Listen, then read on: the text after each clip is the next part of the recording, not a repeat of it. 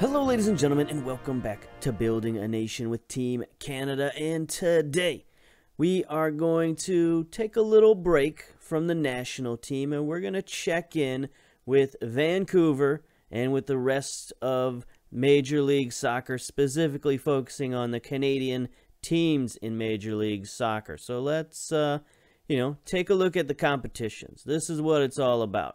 So far we've been exceeding expectations, no doubt about it. You look at where the board wants us to be. They just want us to be competitive in the Western Conference, and right now we're doing very well. 6th place, pretty much on par with where we were last year. After 27 games, we got 11 wins, 7 draws, 9 losses, plus 9 goal differential, so we've improved that over last year. 40 points puts us 1 point ahead of Real Salt Lake, and 3 points, more importantly, 3 points ahead of San Jose and Seattle for the playoffs. So as long as we stay ahead of those teams, we're going to be in the playoffs, and that's pretty much where I want to finish. That's fine and dandy. No problems there. Now, I chose this point in the season, 27 games, because that basically marks the beginning of the 4th quarter. We're in the 4th quarter of the season. We got 7 games left. Right? Yeah, we got 7 games left. So, this is sort of the stretch run heading to the playoffs. So we'll see how we can do. Now, the only other thing we can do right now is we can sort of run down the checklist real quick and sort of take a look and feel at how the team is doing. So we got the academy. Academy, not much has changed. We do have a lot of guys who have reached that 2-star peak right now. Like I've said many times, I believe 2 stars is pretty much the peak you can get at an academy, or at least an academy in the U.S. That's pretty much as good as you're going to get. So we need to get more of these guys out of the academy, but we just don't have room on the roster, especially these 17-year-olds. Campola, Jausa, and Roseland. We're going to have to figure out something to do with these 3 guys because they'll be turning 18, and we have to sign them when they turn 18. There's no question about it. Are they good enough? I don't know. I mean, Campolo's got some promise. 6 foot tall, 14 pace, 15 acceleration. His technicals leave a lot to be desired. So if we sign him up, he's going to be doing nothing but training. Jausa, he's similar boat. His mentals may be a little better. His technicals may be a little better. He's attacking center mid. We've got attacking center mids right now coming out of our ears. So we're going to have to sell some of these guys. Same with Roseland, a left back. We don't need another left back. He's got good physicals, though. So we gotta bring these guys up and sell them on, I think. It's pretty much the only way they're going to get any sort of playing time at all. Or we could just let them go out into the ether and hope they get picked up, but I don't know that that's a good idea. Anyway, Academy's still looking strong. Finances, likewise, looking strong. $27 million in the bank. Apparently, we've made $12 million this season. I don't know about that, but I guess we did. We sold off some players, I suppose, and that's maybe why we've got more money. But $12 million seems like a lot, but we'll take it. The board is, of course, extremely happy. We are untouchable with the board. Confidence is through the roof. Competitions, matches, leadership support, locker room atmosphere, tactics. It's all really good. Even transfers, they're even pleased with our transfers, which usually they're not so pleased with our transfers, but that's fine and dandy. And we managed to parlay this board confidence into 3 more wishes, as it were. You rub the lamp, the genie comes out, the board, genie of the board says, we will grant you 3 wishes. So first of all, we wished for even better youth recruitment. So we're going to get even better youth recruitment if that's possible. I mean, the recruits we're bringing in are top quality for the most part in terms of potential, but maybe we can get some guys with better starting ability, which would be it would take our program to the next level if we could get guys who came into the academy at 2.5 stars. That would be game changing for us. But I don't know. We'll see. I find youth recruitment to be incredibly random, incredibly fickle. So we'll see. Right now we could be in the midst of golden generation time, and then it's going to run dry, and we're going to be getting nothing but scrubs from here on out. That's always a possibility. So we'll see how that pans out to continue the gold references. Anyway, second request, our second wish from the genie of the board was right here: improved training facilities yet again. Third year in a row we're getting improved training facilities. So we started in 2018, got the facilities 2019, and now 2020. We're starting again. It's going to cost us $8 million this time to improve our training facilities. So I don't know what we're adding. Some high-tech treadmills or something. I don't know. What seems to be the trend these days, in MLS anyway, is a big, shiny building with huge windows overlooking a brand new training pitch, so that everybody in the whole office, in every corner of the building, can overlook the training pitch. That seems to be the new trend. And when you see a building like that, you're like, okay, that means that's a high-tech, state-of-the-art training facility. Like LAFC has it that way.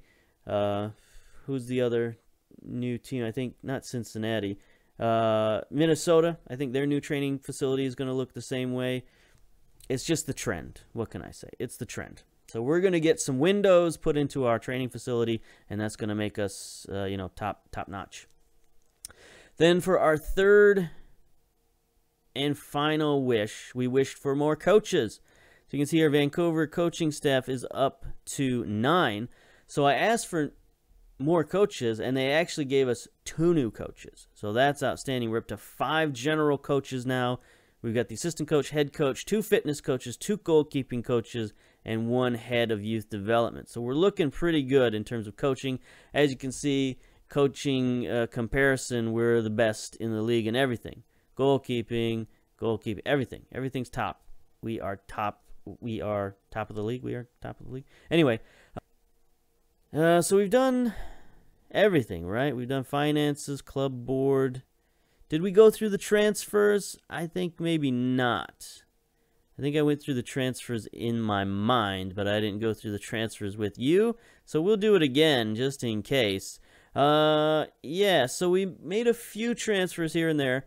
Not many. So Oliver Schnitzer, the goalkeeper, finally came in after he's been sitting there waiting to come over for a long time, because basically we just signed him on a free at the end of his contract. Didn't bother trading for him. He's a backup. He's a pretty decent keeper. Not a big salary. But, he's just a guy we're going to keep in our back pocket just in case we need to get rid of one of our other keepers or what have you. In case of emergency, break glass, bring in the Schnitzler, and we'll be good. Then, sort of the big move, I guess, Charles Anthony Brim. We've been watching him in the Olympics, playing very well, very fast. He can cross the ball like nobody's business. He's kind of a specialist in that way. He's a winger, goes down the wing, crosses the ball. That's kind of what he does. But he's got a lot of potential, like a lot of potential. 22 years old. He's got to play, and he's got to play right now. And he just wasn't really getting what he needed over in France, where he was playing at this team. So even though he was getting playing time, he wasn't producing particularly well. He wasn't playing particularly well. And so we reached out, $375,000. We're going to bring him over. We're going to slot him in at left wing, and he's going to start left wing for us for the rest of the year and see how he grows. If he doesn't grow, then that's fine. We can put him back on the bench, or we can trade him or get rid of him or whatever. But he's 22. We got to give him his opportunity, and we got to give it to him right now. We haven't sent anybody out. We've just sort of, made a lot of loans, and that's fine. But we did make one significant trade. Here it is, another Canadian international. We brought in Daniel Lovitz from Columbus. We kind of overpaid for him a little bit. 2nd-round pick, 4th-round pick, and an international slot for Lovitz. It's probably too much. Probably would have preferred not to give away the international slot, but, I don't know. We weren't using it, so whatever. It's fine. Yeah. So Lovitz, I like him because he's, first of all, he's a Canadian international, and we can make sure he gets playing time. So that's number one, is we can just ensure that he stays fit all year round and he's ready to play for the national team. And then the other thing is that he's very versatile. He can play anywhere up and down that left-hand side. He can play, attacking left wing, where we have played him somewhat. But mostly I brought him in to play left back, because right now we got nothing at left back except for 16-year-olds. And that's fine, but it's also not fine. Like, you don't really want to rely on 16-year-olds for an entire season, especially going into the playoffs. So we basically brought in Lovitz for the stretch run, for the playoff run, so that we have a veteran there playing left back instead of a bunch of teenagers. Even though our teenagers are very good, it's just, you want people who have that experience rather than just relying on youthful exuberance in the playoffs. All right, I think that's probably way more than enough. I mean, we could look at dynamics, right? We're looking good. Green, super green. We got some leaders. Everything's fine. We got no problems at the club. 29 players support us. Only Lovitz and Chesser don't support us, so that's pretty good. Social groups, still kind of split up in terms of social groups. I'd like to see these guys merge into one big happy family, but you can't get everything, I suppose. Some of our leaders are a little bit unhappy because we got these stupid promises that we couldn't fulfill. I really couldn't figure out how to fulfill the promises, and the promises was develop our youth players. So I don't know what they want. We've been playing all these teenagers. They've been getting better, significantly better. I even signed a couple of them to first team contracts. They just they're not happy. So T-Bert is not happy, and also Daniel Henry not happy with the youth. I don't know. I don't know what to say. I don't know what to do. There's nothing I can do, but it hasn't affected us at all. They're just unhappy but happy. I don't know how to explain it. If you look at their happiness are positive. They feel there's a lack of depth in the midfield, but who cares? Who cares? So today, schedule. What are we doing? We're playing Portland at home, so it should be a good match for us. Portland is not having a good season right now. They are down at the bottom, 12th place in Major League Soccer in the Western Conference. 31 points, though. They're not that far off. They're only 8 points out of playoff position, even though they're in last place. So as poor as they look, they're still much better than a lot of teams in the Eastern Conference. They'd beat out 3 teams in the Eastern Conference significantly. They'd be tied with another 3 teams in the Eastern Conference. So it looks bad because the Western Conference is pretty strong this year. So here we go. Let's get to today's game. Even betting line there. We have won 3 of the last 6. There's been 1 draw, and Portland has won 2. So it's been a pretty even matchup. They're missing 3 guys. Valentin, Ivasic, and Dave Romney are all out. Richie Williams is the coach for Portland. How about that? Richie Williams came over from Hamilton. Interesting. Hamilton Academical in the Scottish Premiership. How about that? Before that, he was the USA coach. He was a coach for USA in 2017, and so he still is. He still is a coach for Team USA. Good for him. He's finally getting a starting coaching position, a head coaching position. He's actually pretty good. Good mental, good defensive coach. Works with youngsters well. I don't know how that's going to work with Portland's roster if they've got very much in the way of youngsters. But anyway, let's go. Team selection. Let's play the game. We're sticking with the Z formation. Got some new guys in the lineup. We got to get ready for Olympic qualifying, but we also have the under-20 World Championships to get ready, and we got a lot of unfit under-20 players like Darren Sr., who we've got in the lineup today. So we got to sort of mix it up. We got to keep our We got to keep our national team players fresh, but we got to get our under 20 players ready to go. So here we go. We're going to submit. So it's going to be a balancing act for the next 2 months in terms of youth and not youth, veterans. So, Portland. Yeah. Lucas Hoyos conceded 42 goals this year. That ain't so good. Villafania on the left-hand side, 1 assist. Stirs, Mabiala, Blanco. So still a pretty solid defense. 10 assists for Blanco. Highest average rating player. Is he a right back? No, I didn't think. I mean, he can play right back. But yeah, he should be playing up top. I'm not sure what's going on there. Guzman and Valeria in the midfield, so they still got those old guys kicking around. Diaz, leading goal scorer with 3 assists, so he's played okay. Yadson, 4 goals, 2 assists. Nicholson on the right, so why are you there? Sam Nicholson, Scottish player. Valued at $2.8 million. Yeah, he's pretty good, I guess. Is he better than Blanco? I don't know, but they must not have very much in the way of right backs.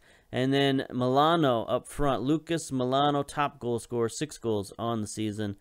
So they've got some dangerous players, but nobody who's playing sort of out of their mind. Maybe you could say Diaz scoring 6 goals from the left wing, but still, you can see why they're not doing so well if their goalkeeper's giving up 42 goals. So we've got Zach McMath, who, on the other hand, has given up 22 goals on the season. So you can see the difference there.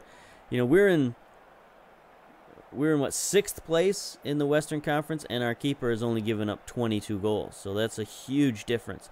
Lovitz getting a start at left back next to Henry, Kemry, Lucic. We need to get Darren Lucic some more playing time. He's turned 18 years old now, so he needs to get in the lineup, and we're going to give him a few starts. Norman, off of the bronze medal winning under 23s, back at defensive midfielder, paired up with Tibert, team captain, 6 goals on the season from the box-to-box midfielder. That's pretty good. Brim making his debut today. Good for him. Zalalem has really blossomed this year. He's really taken over that attacking midfielder role. 17 appearances, 4 goals, 2 assists, 7.0 rating. He's played very well. Senior on the right, as we mentioned. He's only started 7 times. 2 goals, 1 assist. Most of those are probably coming in the Canadian Cup, but he does have a 7.1 average. And then we got Sean Hondel up top playing striker today in this game, like he did in the in the Olympics. So, all right. I don't know. It's all over. Have a good match. Whatever. Get out of here. I don't know what to say. What are we gonna say? Beat these guys and beat them good. That's all I got to say. Just do it. Close down there. Close down there. Let's go to the tunnel. You left Nerwinski out. He's just being rested. Oh, why Lucic? He's been after more regular action. Last plea. Yeah. If we. Yeah. Sure. I hope you got that. I hope you wrote all that down. All right. So we are, of course, in the whites. Looks like we got a little spiffier uniforms on than normal. Some sort of logo across the front, not just a blank white t-shirt, so that's good. Portland in their traditional greens. Green on white. So let's see if we can break out of this slump today. You know, we had such a good last couple of months, and this month started out so poorly against LA. It's been a long time since we lost a game. I don't think we quite knew how to deal with that, and came back with a draw against Colorado. It's not a great team. So let's try to break out of the funk now that we got everybody back. Here's Blanco with a free kick, drops it back to Mabiala. Interesting play, gets it back out to Blanco. Okay. They're just going to play around with it apparently. And get it. Oh, why didn't you steal that? You were right there. McMath with an easy stop.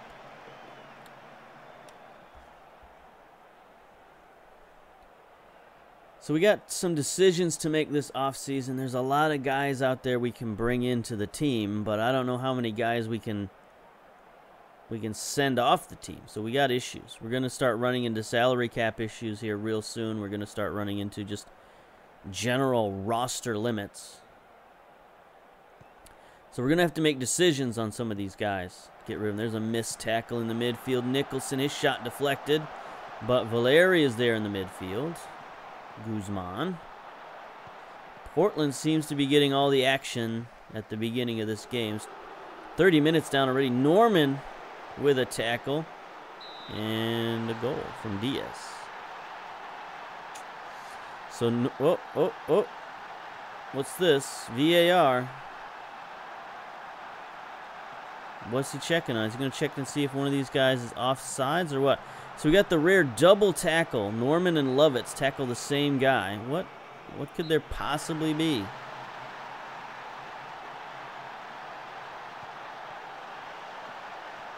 What could he possibly be looking at? I mean,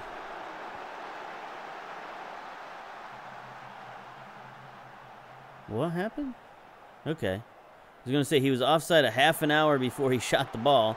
But that's fine. Norman sends one in. Can't get it to Hundle. But Henry recovers at midfield. Brings it forward bravely. Gets it to Brim, who takes a bad touch. But, you know, manages to contain himself. Zalalem with the shot. Goes wide.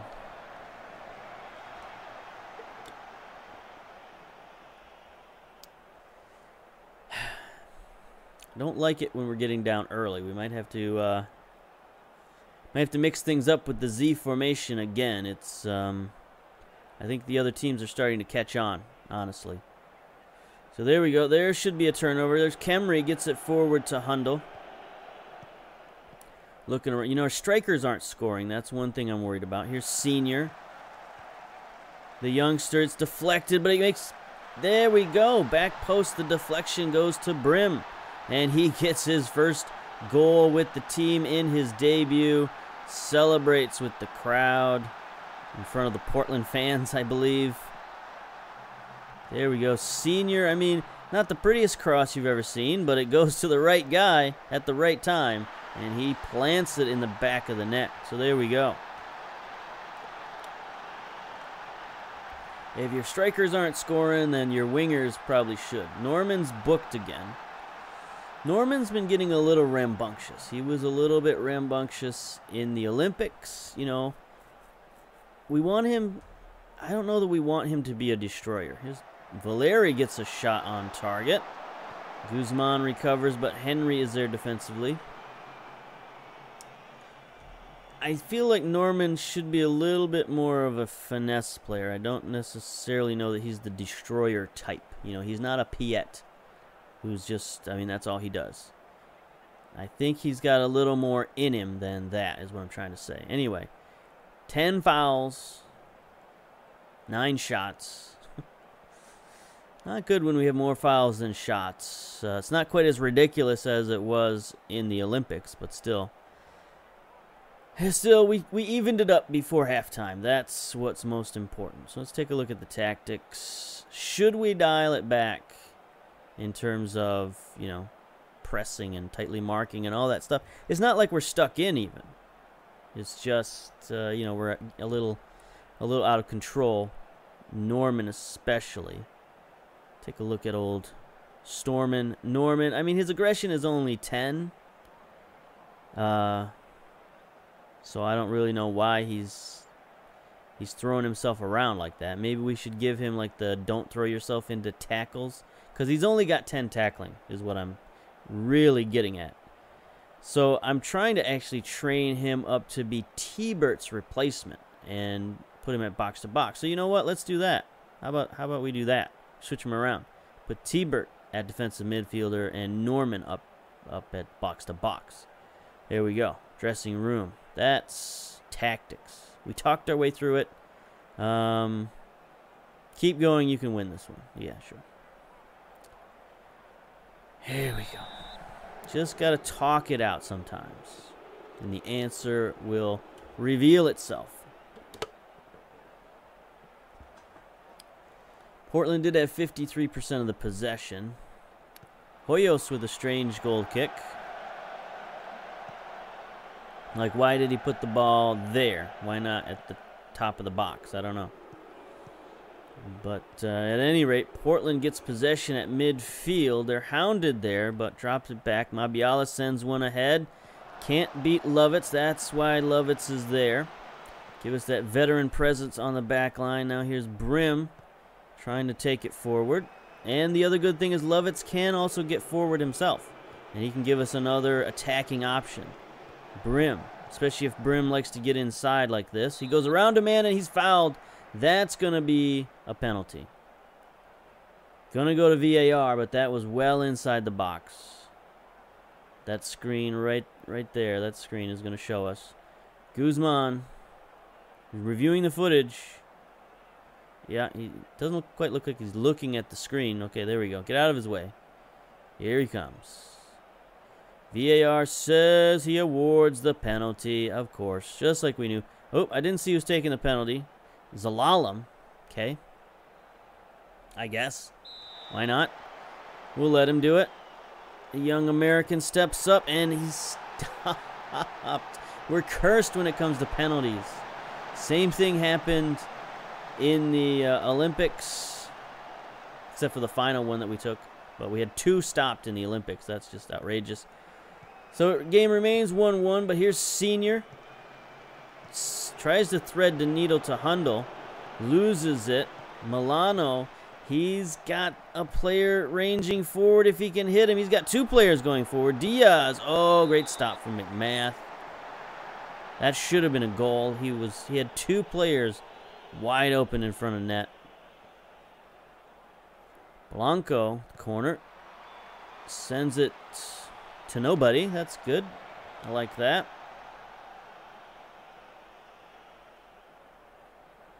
All right, we're closing in on the 60-minute point. How are we playing here? Norman's not playing well. Zalalem's not playing well. Hundle's not playing well. So we're going to have to, I think, switch some things around. Let's make some subs. Let's make some subs. So we're going to switch our midfielders back around and bring in Baldissimo. He's been playing pretty decently for us. He's a little bit more of a defensive presence. Got 12 tackling instead of 10. You know, other than that, he's pretty similar to Norman, just sort of a slightly smaller version of Norman. But we're going to put him in there, put T-Bert back to box. Then I think we're going to drop Hundle back down, make him the attacking midfielder on attack. And then we're going to bring in Hamilton and make him target man. Okay. Sure. There we go. Maybe I should make him pressing forward. Yeah, we'll make him pressing forward. You know, it's funny. I was watching Work the Space, and Jack had just signed Hamilton to his Edmonton team in the Canadian Premier League. So that's like a huge signing. You know, we're here playing him in MLS. I mean, you know, 3-star player isn't the greatest player in the world. But he's definitely MLS quality. He should dominate the Canadian Premier League, unless the Canadian Premier League just keeps getting better and you know, keeps taking all of these MLS players that slip through the cracks. Like, I think Hamilton might have slipped through the crack if we didn't pick him up. So it's definitely a possibility. Here's Hundle. Dropping it back for Lovitz. Baldissimo. Some of our substitutes are making in centers for T-Bert. His shot's deflected. His second shot goes in. There we go. Whoa, nice cartwheel. That's what we've been missing. We've been missing some of these long shots going in. And when that starts to happen, then our offense will start to hum a little bit. So Brim, nice pass. T-Bird just wide open. First shot deflected. Second shot, he just reloads and uncorks another one. There we go. Up 2-1. What are we doing team instruction-wise? I mean, you know, we're fine. 82 minutes. Lovitz is looking a little tired out there, but I think we can leave him in. T-Bird, likewise. Yadson off for Portland. As they try to get forward, they've gone to the 4-4-2. 2 minutes of stoppage time. 1 minute left. Here's the highlight for Portland. Throw in, intercepted by Lovitz. He's going to get it downfield to Hamilton. Hamilton across midfield. Defense closing in, but he gets by one man. Baldissimo, he's got two men rushing forward. Can he get it to Hundle? No, there's T-Bird trying to get his second goal. Brim recovers. Blanco, though, sends it out. And what do we got here? Nothing. Goal kick. Okay. And there's the game. Okay. So there we go. Nice comeback victory.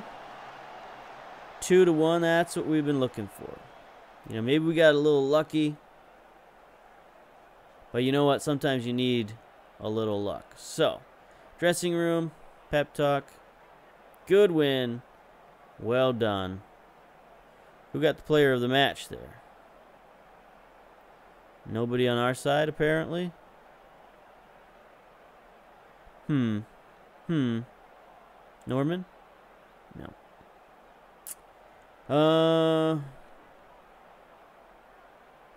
Teams? No. Get out of here. I don't know how to find it. It's one of those things I never look for, so I don't know how to look for it. But anyway, Vancouver come from behind victory. Inside forward, Louis Diaz gave Portland the lead with a powerful shot. Brim equalized on his debut. Salalem had a chance to score from a penalty and missed it. You know, that's where we miss some of our veterans. T-Bird's impact. Yeah. Sure. Okay. So there we go. We played well. Good job. Send the assistant. Let's take a look at the schedule. See what we got coming up. You know, we got a bunch of MLS games. What are you going to do? What are you going to say? I don't think we really need to check in on those very much. We sort of got to look at the team. We'll come back for the end of the season and, you know, look at the roster a little bit more specifically and look at the players a little bit more specifically. But in the meantime, we're going to be going back to Team Canada. Take a look at the schedule for Team Canada. So we got the World Cup qualifying coming up in September.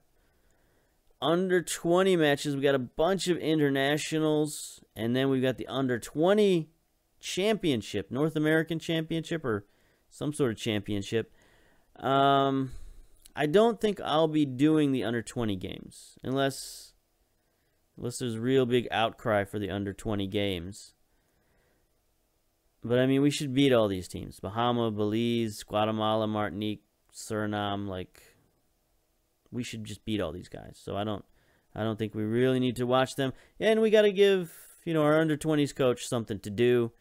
Can't coach everything because, you know, some of these games we're going to be coaching at the same time, especially if we move on in the World Cup qualifying. So I think we just have to let our under-20s coach do his thing, and we'll do our thing.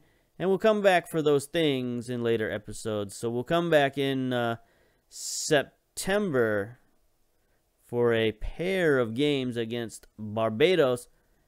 We should probably schedule a couple of friendlies before then, I think. But, yeah, for now, we'll come back for Barbados. So until then, we'll see you later. Bye-bye.